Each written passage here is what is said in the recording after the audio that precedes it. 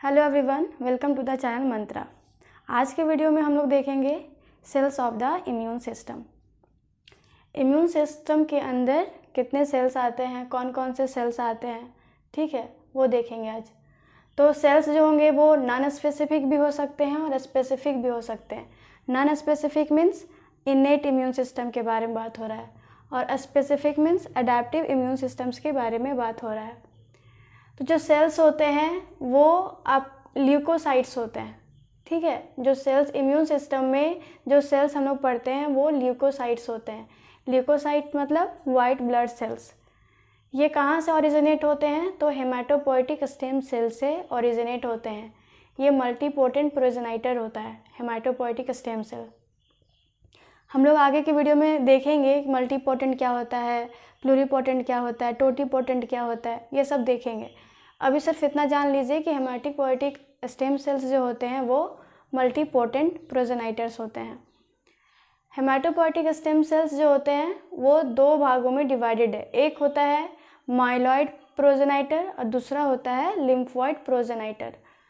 Myeloid प्रोजेनाइटर्स में क्या है? मेगाकार्योसाइट एंड ग्रैनुलोसाइट, मैक्रोफाज प्रोजेनाइटर्स। ये मेगाकार्योसाइट्स का मतलब है प्लेटलेट्स के बारे में बात हो रहा है और इरेथ्रोसाइट्स तो कॉमन है, आरबीसी के बारे में बात हो रहा है। तो इसको दो भागों में बांटा गया है, इरेथ्रोब्लास्ट एंड एक मेगाकार्योसाइट। तो इसमें हो गया आरबीसी और इसको हम लोग कहते हैं प्लेटलेट्स। ग्रैनुलोसाइट्स में हो गया आपके neutrophils, eosinophils, mast cells and monocytes. इन सब चीज़ों के बारे में हम लोग डिटेल में पढ़ने वाले। अभी एक ओवरव्यू, एक चार्ट फ्लो है ये कि हम लोग इम्यून सिस्टम में कौन कौन से सेल्स कैसे पढ़ते हैं, बस ये एक चार्ट दिया हुआ है। फिर लिम्फोइड प्रोजेनाइटर में है कि इसमें हम लोग बी सेल पढ़ते हैं, टी सेल पढ़ते हैं और एनके सेल्स पढ़ते हैं। NK means natural killer cells. क्या है ये? नेचुरल किलर सेल्स, ठीक है।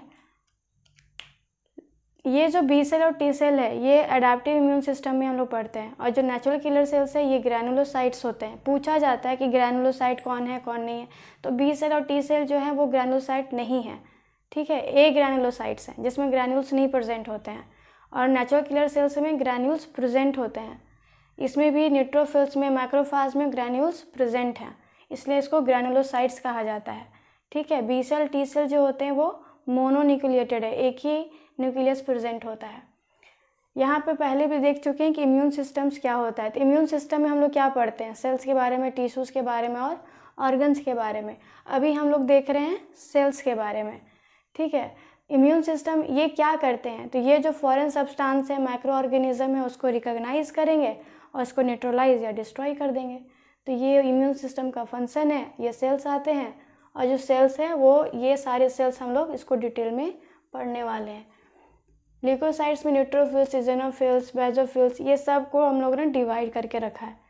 ओवरऑल हमें पढ़ना है कि कॉमन माइलॉइड प्रोजेनाइटर्स क्या होते हैं और कॉमन लिम्फोइड प्रोजेनाइटर के अंदर कौन कौन से सेल्स आते हैं और फिर इसको हम लोग डिटेल में पढ़ेंगे।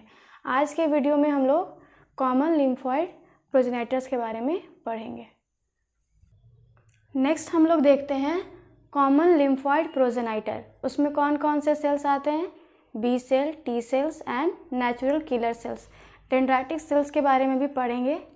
अभी हम लोग ये तीनों सेल्स के बारे में पढ़ेंगे। पहला है बी सेल। बी सेल जो होता है वो ओरिजिनेट होता है बोन मैरो से। बोन मैरो जो है वो प्राइमरी लिम्फोइड ऑर्गन है, ठीक है। और ये मैच्योर कहाँ होता है? तो मैच्योर भी बोन मैरो में ही होता है। जो मैमल्स हैं उनमें ये चीज़ है, लेकिन अगर बर्ड्स के बारे में देखें तो बर्ड्स में जो बी सेल होते हैं वो बुर्सा ऑफ फैब्रिकस में मैच्योर होते हैं। यहाँ पे प्रोसेस हम लोग देख लेते हैं कि नेव बी सेल जो है, नेव बी सेल किसको कहेंगे? जो एंटीजन से अभी तक एक्सपोज नहीं हुआ है, जो पैथोजन से अभी तक एक्सपोज नहीं हुआ है, उसको बोलेंगे नेव बी सेल। अब ये नेव बी सेल जब एंटीजन के कांटेक्ट में आता है तो बी सेल क्या करता है? प्रोलिफरेट करना स्टार्ट कर देगा, यानी कि अपने नंबर्स को इंक्रीज करेगा। फिर जब प्रोलिफरेशन हो जाएगा उसके बाद फिर ये डिफ्रेंशिएशन करता है। डिफ्रेंशिएशन करने के बाद डिफ्रेंशिएशन में ये क्या करेगा? सेल्स को डिफ्रेंशिएट करेगा, अलग अलग करेगा कि हाँ कुछ सेल्स जो हैं उसमें से मेमोरी सेल्स बन जाएंगे और उसमें से कुछ सेल्स जो होंगे वो इफेक्टर सेल्स बनेंगे। इफेक्टर सेल्स को ही प्लाज्मा सेल्स कहते हैं। प्लाज्मा सेल क्या करता है, तो पैथोजन के साथ कॉम्बैट करता है, यानी कि फाइट करता है, और क्या प्रोड्यूस करेगा, एंटीबॉडीज़ प्रोड्यूस करता है। मेमोरी सेल क्या करता है, तो मेमोरी सेल्स जो है वो होस्ट में परसिस्ट करता है, मतलब मेमोरी सेल होस्ट सेल में रहता है, ठीक है। वो क्या करेगा, लगातार वो मतलब प्रेजेंट रहेगा मेमोरी सेल्स। ये क्या करेगा मेमोरी सेल, पीछे के भी वीडियो में बता चुके हैं कि मेमोरी सेल्स क्या करता है, जब सेम एंटीजन का रीचैलेंज हमारे बॉडी में होता है तो वो फास्टर और इफ़िशिएंटली जो है अपना रिस्पॉन्ड शो करेगा, ठीक है। अब एंटीबॉडीज़ का क्या काम है, तो एंटीबॉडीज़ क्या करता है, तो फैगोसाइटोसिस को इन्हांस करता है, ठीक है। इन्हांस करेगा कैसे, पैथोजेंस को, तो ये बहुत इंपॉर्टेंट है, एक्स्ट्रा सेलुलर पैथोजेंस को करेगा। जब हम लोग टी सेल मेडिएटेड जब पढ़ेंगे तो वो क्या करता है, वो intra cellular pathogen and extra cellular pathogen दोनों पे एक्ट करता है, और ये कहाँ कर रहा है, तो एक्स्ट्रा सेलुलर पैथोजन पे शो कर रहा है, ठीक है। और फाइगोसाइट्स के अंदर क्या करेगा, उस पैथोजन को किल करेगा, क्योंकि फाइगोसाइट्स के अंदर क्या प्रेजेंट होता है, तो फाइगोसाइट्स के अंदर आपके प्रेजेंट होते हैं anti microbial agent. Anti microbial agent present होता है। एंटी माइक्रोबियल एजेंट्स में क्या होता है, पहले ही बता चुके हैं कि एंटी माइक्रोबियल एजेंट्स में आपके पाए जाते हैं रिएक्टिव ऑक्सीजन स्पीसीज़ या फिर रिएक्टिव नाइट्रोजन स्पीसीज़, फिर हो गया आपके लाइजोजैम, ये सब प्रेजेंट होते हैं, जो क्या करता है, जो आपके जो पैथोजेंस हैं उसको किल करेगा, ठीक है। जो एंटीबॉडीज़ जो होते हैं वो क्या करेगा, फैगोसाइटोसिस को इन्हांस करता है, और साथ ही साथ ये जो एंटीबॉडीज़ है वो वैसे पैथोजन पे अटैक नहीं कर पाता है जो फैगोसाइट्स के अंदर सरवाइव कर जाते हैं, ठीक है। जो फैगोसाइट्स के अंदर, मतलब फैगोसाइट्स में एंटी माइक्रोबियल एजेंट्स प्रेजेंट है, उस एंटी माइक्रोबियल एजेंट्स से भी जो हमारे पैथोजेंस होते हैं वो एस्केप कर जाते हैं, ठीक है। एस्केप करने के बाद अपने सर्वाइवल को प्रमोट कर देते हैं। अगर फैगोसाइट्स जो पैथोजेंस हैं वो फैगोसाइट्स के अंदर भी अगर सर्वाइव कर जा रहा है तो वैसे पैथोजेंस को एंटीबॉडीज़ किल नहीं कर पाते हैं।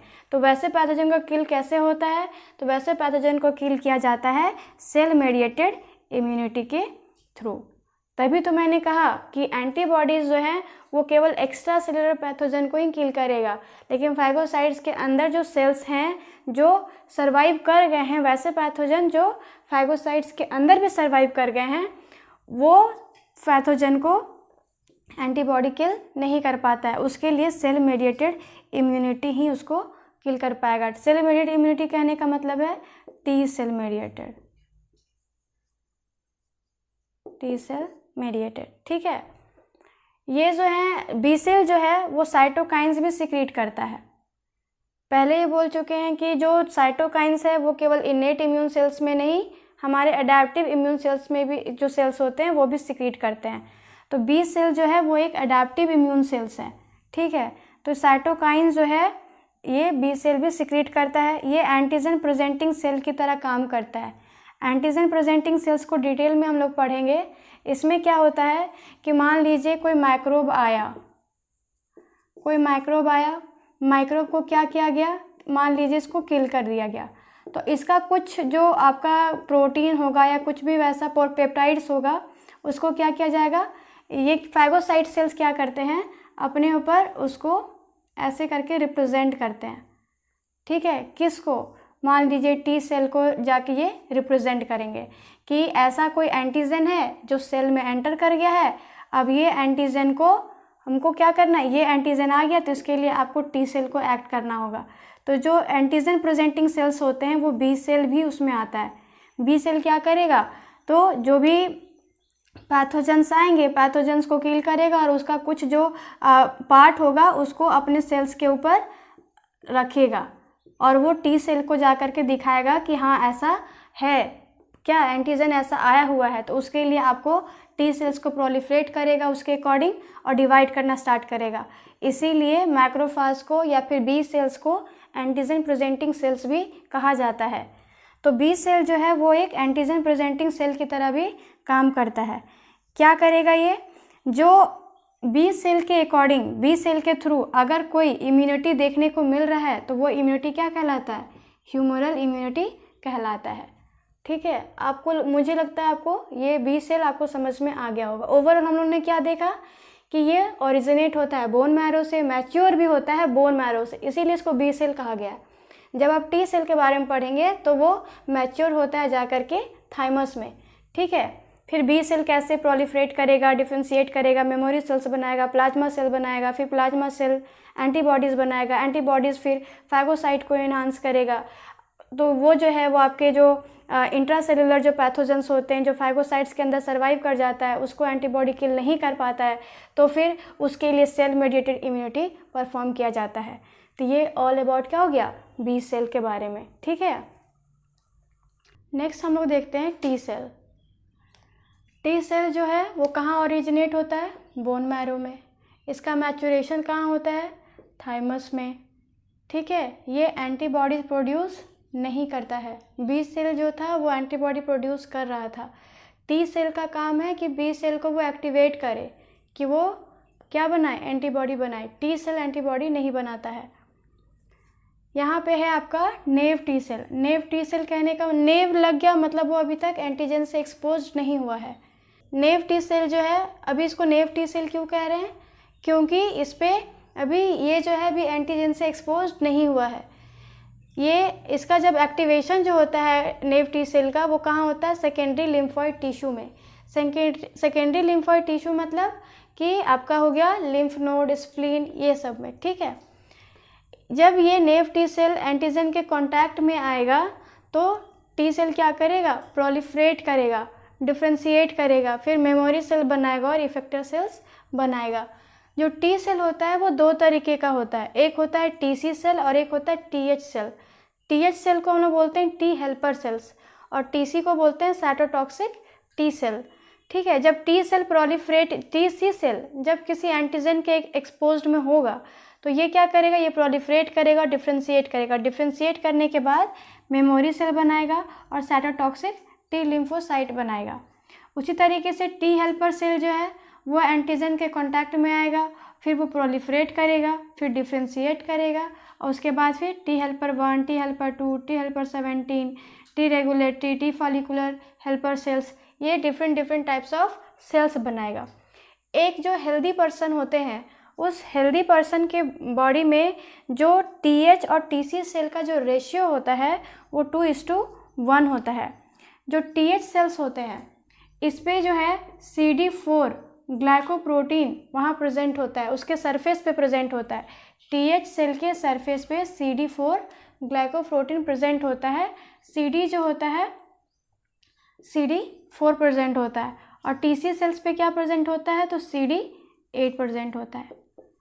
टीसी सेल्स के सरफेस पे CD8 प्रेजेंट होता है। ये एक मार्कर है कि अगर CD4 प्रेजेंट है सेल्स के ऊपर, टी सेल्स के ऊपर, तो उसको बोलेंगे टी हेल्पर सेल्स, और अगर कोई टी सेल है उसके ऊपर CD8 मार्कर प्रेजेंट है तो उसको कहेंगे टीसी सेल्स। ठीक है, अब आगे देखते हैं, जितने भी सबसेट ऑफ टी सेल्स हैं सब के सब क्या प्रोड्यूस करेंगे, साइटोकाइंस प्रोड्यूस करेंगे। साइटोकाइंस क्या करता है, तो इम्यून रिस्पॉन्स को इंक्रीज करने में हेल्प करता है, पहले ही पढ़ चुके हैं। इन्फ्लामेशन काउज करता है, इसका डिटेल वीडियो पीछे के वीडियो में दिया हुआ है। ठीक है, ये जो टी सेल मेडिएटेड, अगर टी सेल के थ्रू किसी तरीके का इम्यून रिस्पॉन्स देखने को मिल रहा है तो उसको हम लोग कहते हैं सेल मेडिएटेड इम्यूनिटी। और बी सेल को क्या कह रहे थे, ह्यूमरल इम्यूनिटी। ठीक है, ये जो था, जो बी सेल था आपका, वो इंट्रासेलुलर पैथोजन पे एक्ट कर रहा था, लेकिन ये इंट्रासेलुलर और एक्स्ट्रा सेलुलर पैथोजन दोनों पे एक्ट करता है, दोनों पे इम्यून रिस्पॉन्स शो करता है। टीसी सेल जो होता है वो स्पेशली किसके लिए है, इंट्रासेलुलर पैथोजन के लिए। और जो टीएच सेल है वो दोनों पे काम करेगा, इंट्रासेलुलर पे भी और एक्स्ट्रा सेलुलर सेल्स पे, पैथोजेंस पे भी काम करता है। टीएच सेल का 3 काम है। पहला तो वो बी सेल को एक्टिवेट करे, बी सेल को एक्टिवेट करेगा तो ये क्या बनाएगा, एंटीबॉडीज़ बनाएगा, एंटीबॉडीज़ बनाएगा और जो भी एक्स्ट्रा सेलुलर पैथोजेंस है उसको एलिमिनेट कर देगा। फिर TH सेल एक्टिवेट करेगा मैक्रोफाज को। मैक्रोफाज का क्या काम है? तो इंट्रासेलुलर पैथोजन को एलिमिनेट करना। एंटीबॉडीज़ क्या करता है? तो जितने भी सेल्स हैं, ठीक है, जो पैथोजेंस है उसको उससे जाके बाइंड कर जाता है। ऑप्सोनाइजेशन एक प्रोसेस होता है, उसमें एंटीबॉडी क्या करेगा? ऐसे करके पैथोजन से जाके बाइंड कर जाता है और इसको क्या करता है? रिस्ट्रिक्ट करता है मूवमेंट को। उसके बाद फिर जो भी फाइगोसाइटिक सेल्स होते हैं, मैक्रोफाज कुछ भी, तो वो आकर के इसको आसानी से इसको इनगल्फ कर लेगा, ठीक है। लेकिन इनगल्फ करने के बाद अगर कोई सेल्स अंदर भी सर्वाइव कर रहा है तो ऐसे सेल्स को एंटीबॉडी किल नहीं कर पा रहा था, तो उसके लिए ये मैक्रोफाज के पास क्या प्रेजेंट होता है? मैक्रोफाज के पास बहुत सारे लाइजोजाइम ये सब प्रेजेंट होता है, एंटी मैक्रोबियल एजेंट प्रेजेंट होता है। वो क्या करेगा? इस सेल्स को डाइजेस्ट करेगा, किल करेगा, ठीक है। तो मैक्रोफाज का काम क्या है? तो इंट्रासेलुलर पैथोजन को एलिमिनेट करता है। और जो TC सेल्स है, ये तीसरा इसका काम क्या है? TC सेल्स को एक्टिवेट करना। जो भी कैंसरियस सेल्स होते हैं या वायरस इन्फेक्टेड सेल्स होते हैं उसको इंट्रासेलुलरी क्या कहते हैं? उसको इन्फेक्टेड जो टारगेट सेल्स होता है उसको ये किल करता है, इसीलिए इसका नाम ही रखा गया साइटोटॉक्सिक T लिम्फोसाइट, ठीक है। खुद ही जा करके खुद ही इसको किल कर देगा। तो ये हो गया आपका T सेल। नेक्स्ट हम लोग देखते हैं NK सेल। NK सेल मतलब नेचुरल किलर सेल, इसी को हम लोग नेचुरल किलर सेल्स भी कहते हैं।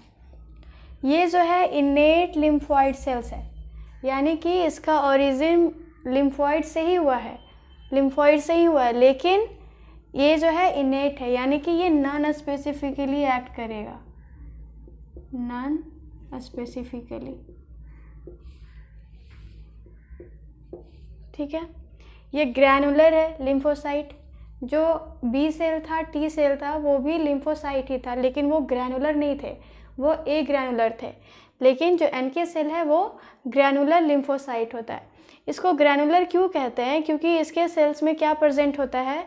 जो NK सेल्स होता है उसमें परफोरिन प्रेजेंट होता है, परफोरिन हो गया, ग्रेनाजाइम हो गया, ये प्रेजेंट होता है, इसीलिए इसको ग्रैनुलर लिम्फोसाइट भी कहा जाता है, ठीक है। ये जो है किस पे एक्ट करेगा? तो इंट्रासेलुलर पैथोजन पे डिस्ट्रॉय करता है। ये कैसे? तो परफोरिन और ग्रेनाजाइम के मदद से नॉन स्पेसिफिकली मैनर में किल करेगा, क्योंकि ये इनेट है तो ऑब्वियसली है कि नॉन स्पेसिफिक मैनर में किल करेगा। फिर अगर NK सेल जो है उसका लैक हो जाए, नेचुरल किलर सेल्स अगर बॉडी में प्रेजेंट ना हो, एब्सेंट हो, तो वहाँ पे चेडियक हिगासी सिंड्रोम देखने को मिलता है, जो कि एक ऑटोजोमल रिसेसिव डिजीज़ है। ये जो है किसी भी तरीके के मैलिग्नेंट हो या फिर वायरस इन्फेक्टेड सेल्स हो, उसको किल करने के लिए ये रिस्पॉन्सिबल है, ये कैपेबल है कि वो malignant and virus infected cells को किल कर सकता है। तो आज हम लोगों ने देखा लिम्फोइड के बारे में, ठीक है, लिम्फोइड प्रोजेनाइटर के बारे में। तो लिम्फोइड प्रोजेनाइटर में हम लोग 3 सेल्स के बारे में पढ़े, B cell, T cell and NK cells के बारे में। आगे हम लोग इसमें डेंड्राइटिक सेल्स के बारे में पढ़ेंगे, जो कि एक फाइगोसाइटिक सेल्स है, तो वो डिटेल में आगे देखेंगे हम लोग। अभी हम लोगों ने देखा B cell, T cell and NK cells. ये ऑल अबाउट आज हमारा क्या हुआ? लिम्फोइड जो है प्रोजेनाइटर वो हमारा कंप्लीट होगा। नेक्स्ट वीडियो में हम लोग माइलॉइड प्रोजेनाइटर के बारे में पढ़ेंगे।